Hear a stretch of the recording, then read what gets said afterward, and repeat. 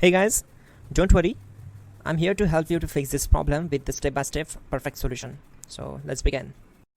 Click on Advanced Options, select Troubleshoot, then click on Advanced Options. Now select Command Prompt.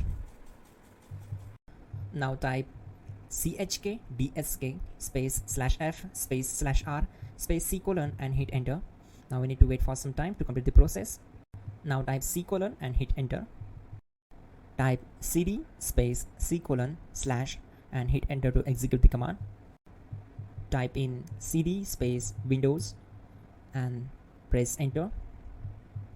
Now type cd space system32 and we need to execute this command. For that, simply hit enter. Type in cd space config and simply hit enter to execute the command. Now execute this command carefully. Type in md space backup and simply hit enter to execute it. Now execute this command. Type copy space *** space backup and simply hit enter. Now execute this command. Type md space backup1, then hit enter. Once we are here, we need to execute this command. Type copy space ** space backup1 and then press enter from your keyboard to execute this command. Now type cd regback and hit enter. Execute this command. Type dir, then simply hit enter. Type copy space ** space ... and hit enter. Then type all and simply hit enter to execute the command. Let's move to the next command.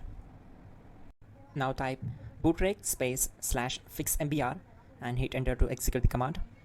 Now type in bootrec space /fixboot and simply hit enter to execute the command. Now type cd space c colon / and simply hit enter. Now type this command cd space Windows /system32 /config /regback and simply hit enter to execute the command.